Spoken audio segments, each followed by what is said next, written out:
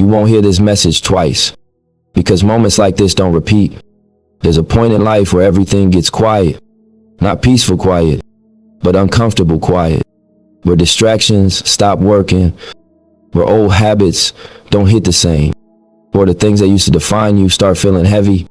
That's not confusion, that's transition. This message is for the moment right before your old self dies. Not physically, but mentally, emotionally, spiritually. Growth doesn't announce itself. It shows up disguised as loss, pressure, isolation, and doubt. And most people panic right there. They turn back and they run to comfort. They resurrect a version of themselves that already expired. If you're hearing this and something inside you feels exposed, unsettled, or challenged, that's because you're standing at the edge of becoming someone new. Let's talk about what happens right before the old you disappears. Right before transformation, the discomfort stops visiting and starts living with you. It's not a phase you pass through anymore. It's the air you breathe. You wake up and something feels off before your feet even hit the floor. Not sadness exactly. Not fear either. Just a quiet pressure sitting in your chest, like your spirit is trying to tell you the truth before your mind catches up. Your routine starts to feel pointless, not because it's bad, but because it's outdated. You do the same things you've always done, and for the first time, they don't give you relief. Conversations feel shallow, not because the people are wrong, but because you've grown past the surface. Places you once loved start draining you, not because they changed, but because you did. That's not bad luck following you around. That's awareness knocking on your door. That's what happens when you outgrow the version of life you once prayed for. A lot of people think growth feels like excitement, like motivation, like energy. In real life, growth usually feels like friction. It feels like resistance. It feels like being uncomfortable in spaces you used to fit perfectly. Real growth doesn't happen when you're comfortable. It happens when the life you built no longer fits who you're becoming. Comfort is maintenance. Discomfort is construction. Think about people who outgrow their hometown. Same street, same faces, same stories on repeat. Everybody knows everybody. Everybody expects you to stay the same. But something inside you starts asking different questions. You start wanting more space, more options, more responsibility. That tension you feel when you walk those same blocks isn't disrespect, and it isn't ego. It's evolution. It's your inner compass telling you that the environment that raised you can't be the one that defines you forever. A lot of people feel guilty about that, like wanting more means you're ungrateful. But growth isn't betrayal. Growth is obedience to your potential. Pressure is usually the language transformation speaks in. Psychology backs this up. Major personal change rarely comes from inspiration alone. It comes from prolonged dissatisfaction, from sitting in discomfort long enough that you can't ignore it anymore. Motivation gets you started, but pressure forces you to move. Pressure forces decisions. Pressure forces honesty. When everything feels smooth, you don't question much. When everything feels tight, you start asking real questions about who you are and where you're going. That pressure you feel right now isn't trying to crush you, it's trying to shape you. Pressure either makes you sharper or it exposes what's weak. Diamonds don't form in comfort. Neither do disciplined minds, strong character, or real self-respect. If you feel like life is leaning on you, good. That means you're being trusted with more weight. The problem is most people panic at that stage. They think something is wrong and they rush back to what feels familiar. They go back to old habits, old environments, old versions of themselves just to escape the pressure. But relief isn't always healing. Sometimes relief is regression.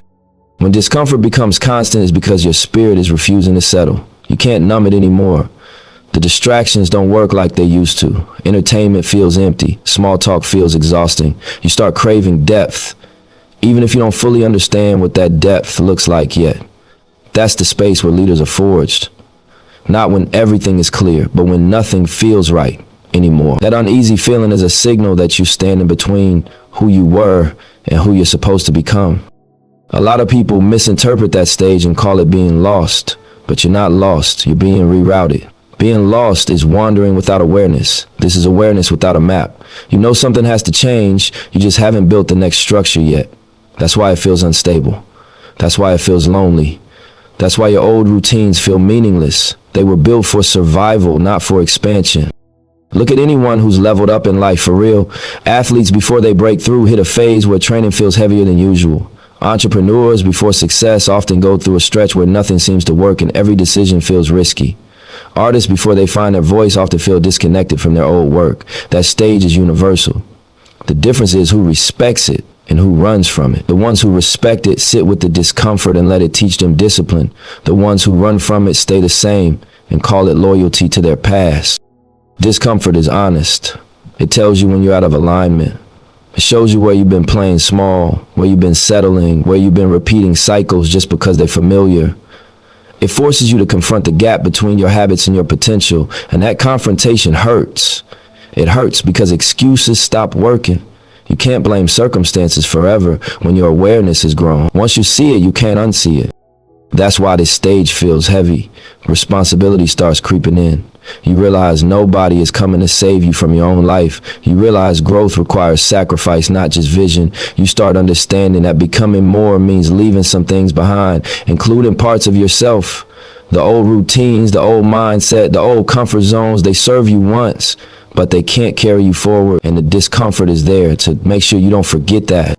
If you're feeling pressure right now, don't label it as failure, label it as refinement. Something in you is being sharpened. Something in you is being stripped down to its core.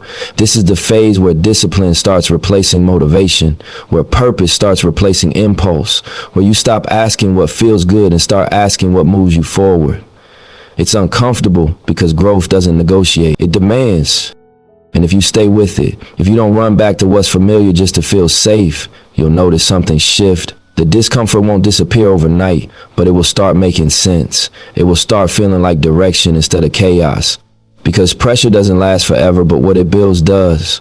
At a certain stage of growth, you look around and the room feels quieter than it used to. Not because you're antisocial, not because you think you're better than anyone, but because the noise that once surrounded you doesn't match the frequency you're on anymore. One of the most painful signs of real growth is isolation. The calls slow down. The invites stop coming. The group chats go quiet. And at first you take it personal. You wonder what you did wrong. You replay conversations in your head trying to figure out where the shift happened. Then you realize something deeper. You didn't do anything wrong. You just stopped being available for everything that didn't move you forward. You stop explaining yourself because explaining drains energy when you're clear on your direction. You stop chasing connections that only existed because you were always accessible. And that's when it hits you. Not everyone can go where you're headed. Not everyone is built for the next chapter you're stepping into.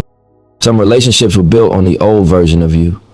The one who played small so others could feel comfortable. The one who stayed silent to keep the peace. The one who accepted disrespect just to avoid being alone. The one who avoided responsibility because growth felt heavy. Those relationships had an unspoken agreement. You stay the same and we stay connected. When you change, that agreement breaks. Not because either side is evil, but because the foundation was never growth. It was familiarity. That's why when you start leveling up, certain people don't know how to deal with you anymore. You're not as available. You're not as reactive. You're not laughing at the same jokes or engaging in the same habits.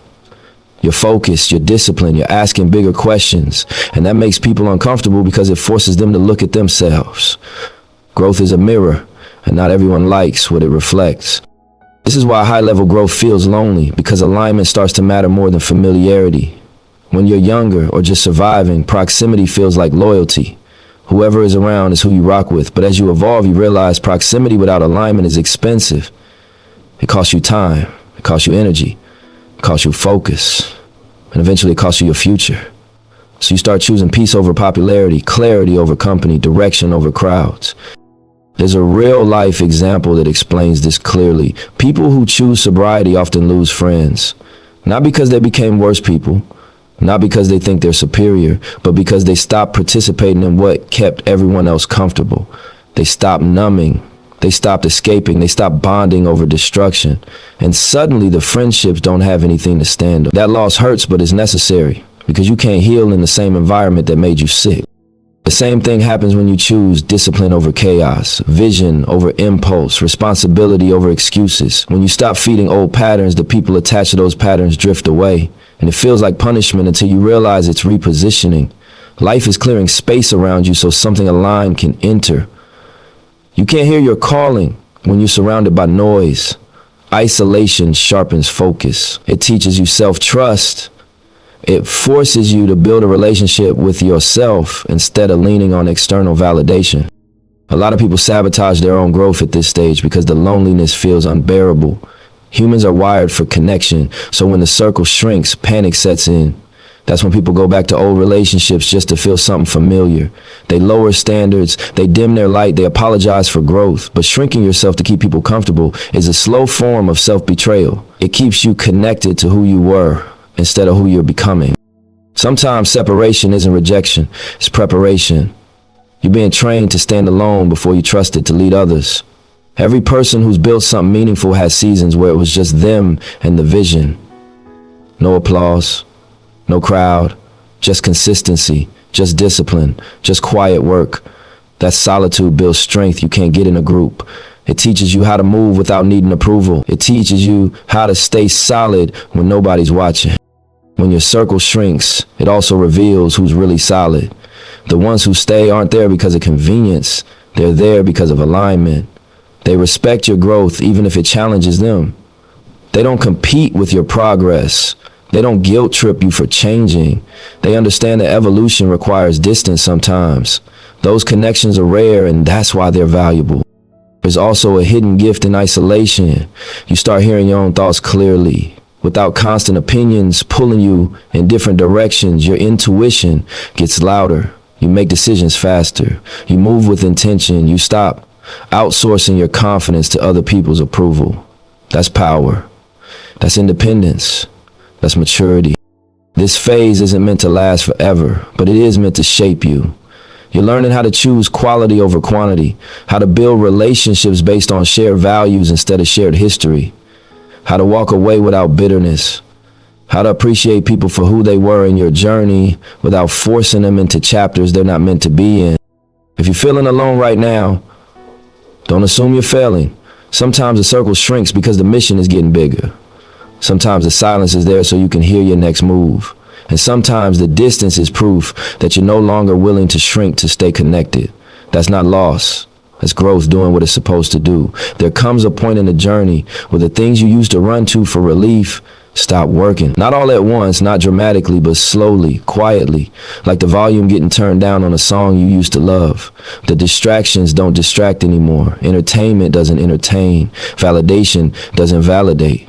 You scroll through your phone and it feels empty. You go out and it feels forced. You escape and come back more tired than when you left. And at first you think something's wrong with you, like you lost your spark or your appetite for life. But what's really happening is deeper than boredom. Your nervous system knows you're meant for more. Your mind has outgrown the reward system that used to keep you comfortable. Neuroscience explains this clearly. When your brain evolves past certain patterns, the dopamine response drops. What once gave you a hit now feels dull. Not because you're broken, but because you're upgrading. Your system is demanding depth instead of noise, meaning instead of stimulation, purpose instead of distraction. It's a dangerous stage for a lot of people, because when old habits stop working, panic shows up. You try to force the feeling back. You double down on the same routines, the same escapes, the same shortcuts, hoping they'll hit like they used to. You scroll harder, you party longer, you seek louder validation. This is where most people relapse, not just in the substances, but in the mindsets, relationships, and lifestyles they already outgrew. They mistake numbness for failure instead of recognizing it as a signal. The truth is that door is closed. And the worst thing you can do is keep knocking. There's no peace behind it anymore. There's no growth there. All that's left is diminishing returns. Your soul won't let you go backward without consequence now. That's why it feels exhausting instead of exciting. That's why it leaves you emptier instead of fulfilled. You can't unlearn what you've already seen. You can't unknow the version of yourself you're becoming. This is where discipline starts replacing desire. When pleasure stops being the motivation, purpose has to step in. And that's uncomfortable because purpose doesn't always feel good in the moment. Purpose asks for consistency, patience, and sacrifice. It asks you to sit with yourself without anesthesia. It asks you to build instead of consume. That shift is heavy because it exposes how much of your old life was built around avoiding silence instead of facing it. Think about how many habits are just coping mechanisms with good marketing. Endless scrolling to avoid stillness, constant socializing to avoid self-reflection, chasing validation to avoid self-worth.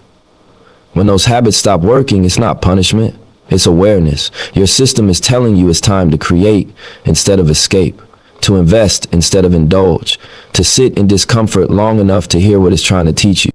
A lot of people confuse this stage with depression or burnout when really it's transition. You're shedding shallow rewards because they can't sustain the version of you that's emerging. That's why the same party feels hollow, the same attention feels cheap, the same routine feels repetitive. Your standards are rising even if your environment hasn't caught up yet. And that gap is uncomfortable. It makes you restless, it makes you question everything. But that restlessness is fueled if you don't waste it. Every high performer goes through a phase where entertainment loses its grip. Athletes talk about seasons where partying stops being fun because recovery and focus matter more. Entrepreneurs reach a point where distractions feel expensive because time becomes valuable. Artists hit a phase where copying trends feels empty because authenticity starts calling. This is universal. The difference is whether you listen or numb it. When old habits stop working, it's because your identity is shifting. And habits are tied to identity. You can't keep living like someone you're no longer aligned with. Your mind and body will reject it. That's why forcing old patterns feels like wearing clothes that don't fit anymore. You can squeeze into them, but you'll be uncomfortable the whole time. And eventually you'll have to change or suffocate. This stage also reveals how addicted society is to stimulation. Silence feels awkward. Stillness feels boring. But stillness is where clarity lives. When you stop drowning yourself in noise, you start hearing your own thoughts. And that can be scary because it forces accountability. You can't blame boredom on the world when your inner world is calling you to build something meaningful. You're not bored. You're being redirected. Your attention is being pulled away from consumption toward creation, from instant gratification toward long-term vision, from external approval toward internal alignment. And that shift doesn't come with fireworks. It comes with emptiness first. Space, silence, discomfort, because something new needs room to grow. The moment you accept that old habits are done, the pressure eases, not because life gets easier, but because resistance ends. You stop fighting the change and start cooperating with it. You start asking better questions. What do I need to build? What deserves my energy? What version of me requires new habits instead of old ones? That's when direction replaces confusion. Every time something stops working, it's an invitation to level up. The mistake is trying to revive what's expired instead of stepping into what's next. This phase isn't here to punish you. It's here to mature you, to strip away shallow comfort so you can access deeper fulfillment. Once you understand that, you stop chasing the feeling and start chasing the mission. And that's when everything begins to shift. There's a moment right before the old version of you fades out where the fog clears and accountability steps into the room. Not loud, not dramatic, just firm. It doesn't ask permission. It doesn't let you hide behind stories anymore. All the excuses that used to protect your ego stop working. The blame has nowhere to land. The victim narratives lose their power. Pretending becomes exhausting because deep down you know the truth already. And once you know it, you can't unknow it. You start seeing yourself clearly, and that clarity is uncomfortable. You see where you wasted time telling yourself you had more of it. You see where you compromised your standards just to feel accepted. You see where you ignored red flags because walking away felt harder than staying. You remember moments where you knew better but chose familiar instead. That awareness hits hard because it removes denial. And denial was the last cushion between you and responsibility. That's why this stage hurts. Growth requires honesty, and honesty doesn't come wrapped in comfort. It comes with regret, with accountability, with the realization that some of your pain wasn't random. Some of it was self-inflicted through choices, patterns, and procrastination. And that realization can either break you or build you. Most people try to escape it. They find distractions. Distractions turn into habits. Habits turn into years lost. But the ones who grow lean into that discomfort and let it reshape them. This is the moment where power returns to you. Not fake power, not loud confidence, but quiet authority over your own life. When you stop lying to yourself, you stop betraying yourself. You stop making promises you don't keep. You stop chasing validation to cover insecurity. You stop blaming circumstances for results that came from your decisions. That's when your energy shifts. You move differently because you're not divided anymore. There's alignment between what you know and what you do. Clarity is heavier than confidence. Confidence can be built on illusion. Clarity is built on truth. And this is where leaders are formed. Not when they feel unstoppable, but when they see themselves completely. Strength doesn't come from believing you're perfect. It comes from knowing exactly where you're weak and refusing to let those weaknesses run your life. Real leadership starts with self-leadership, and self-leadership starts with accountability.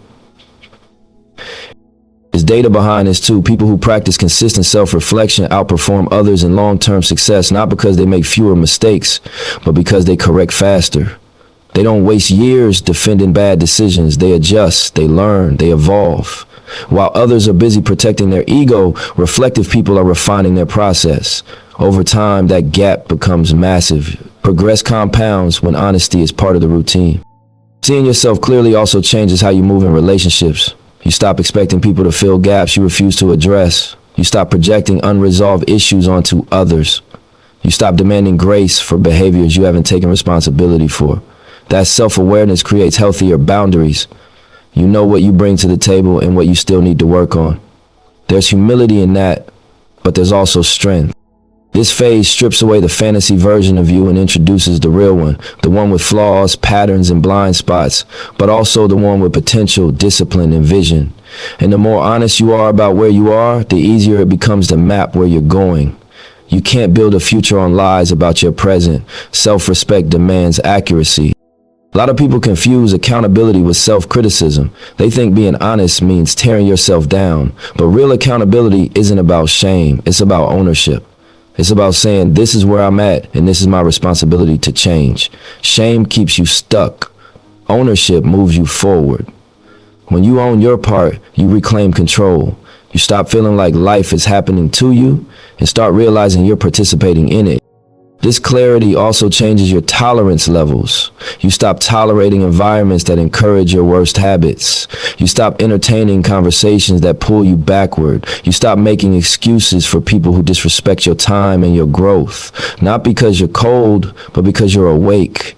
Awareness raises standards naturally. You don't have to force boundaries when your self-respect is intact.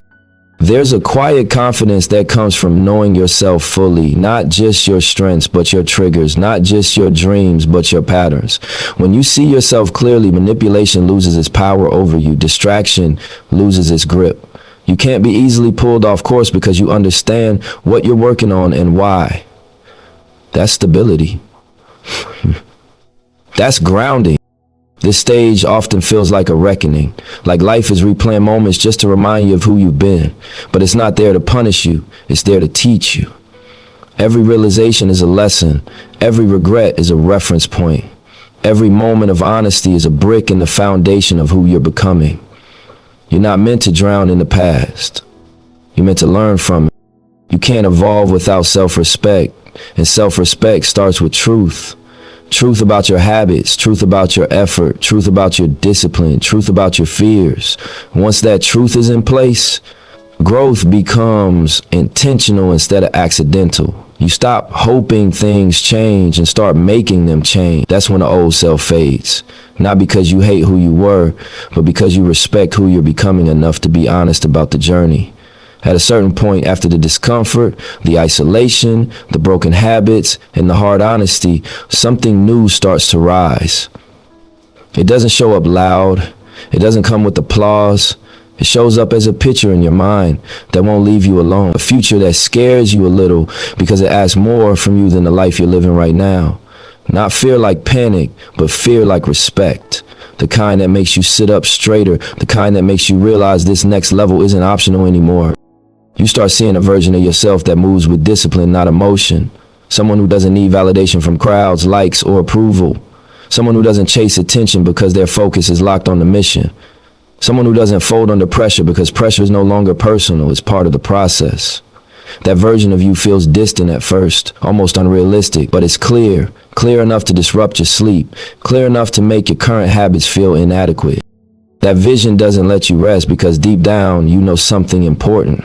If you don't become that person, regret will catch up to you later. And regret hits harder than fear ever could. Fear warns you, regret punishes you. So your mind keeps replaying that future. Not to torture you, but to remind you what's possible if you commit. This is where purpose starts replacing impulse. Stop asking what feels good right now and start asking what builds the life you keep seeing in your head. This stage separates dreamers from builders. A lot of people get visions, but not everyone respects them. Most people treat that inner picture like entertainment. They fantasize about it, talk about it, post about it, but they don't change for it. Builders understand that a real vision comes with instructions. Discipline is one of them. Consistency is another. Courage is the final requirement. Courage to be misunderstood. Courage to be patient. Courage to sacrifice comfort for progress. Every person who built something meaningful had this moment. Entrepreneurs talk about the phase where their lifestyle had to change before their income did. Athletes talk about the season where talent wasn't enough and structure became everything. Artists talk about the point where chasing trends felt empty and authenticity became non-negotiable. Leaders talk about the moment they realized popularity and impact rarely coexist. In all those stories, there's a common truth. The old version couldn't go any further. That's when the transition happens, not violently, not in chaos, but intentionally. The old habits are retired. The old excuses are released. The old identity is thanked for getting you this far and then let go. This isn't self-hate, it's self-respect. You don't destroy the past version, you outgrow it. You recognize that it did its job in survival mode, but it can't lead you into legacy mode. A new vision changes how you measure time. You stop wasting it on things that don't move the needle. Hours become valuable. Energy becomes sacred. You start planning instead of drifting. You start saying no without guilt. Not because you're cold, but because you're clear. Clarity sharpens focus, and focus creates momentum. That momentum doesn't always feel exciting, but it feels right. This vision also changes how you see pressure. Pressure stops feeling like an enemy and starts feeling like confirmation. If the vision is big, the weight will be heavy. That's normal.